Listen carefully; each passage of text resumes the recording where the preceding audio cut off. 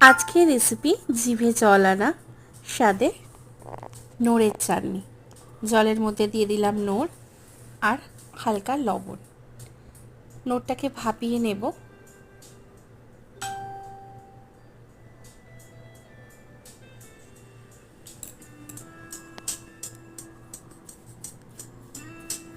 নোড়টা ফুটে উঠেছে, এবারে জলটা ছাড়িয়ে নেব।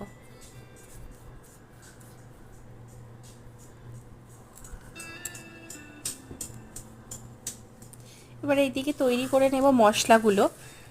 তেজপাতা, শুকনো লঙ্কা, জিরে, হলুদ, মৌরি। কড়াতে একে একে সব মশলাগুলো দিয়ে দেব। আদা কুচি,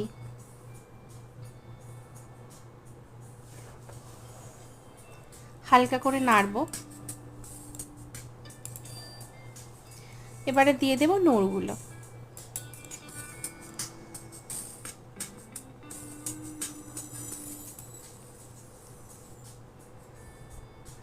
এবারে দিয়ে দেব গুঁড়ো মশলাগুলো, একটু হলুদ, একটু লবণ, আর হালকা যে জিরে গুঁড়োটা রেডি করে রেখেছিলাম সেটি, সাথে দিয়ে দেব চিনি।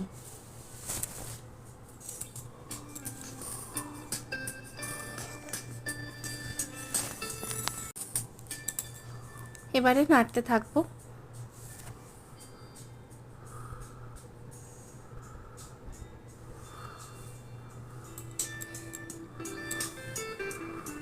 ব্যাস তৈরি হয়ে গেল আমাদের নোড়ের চাটনি।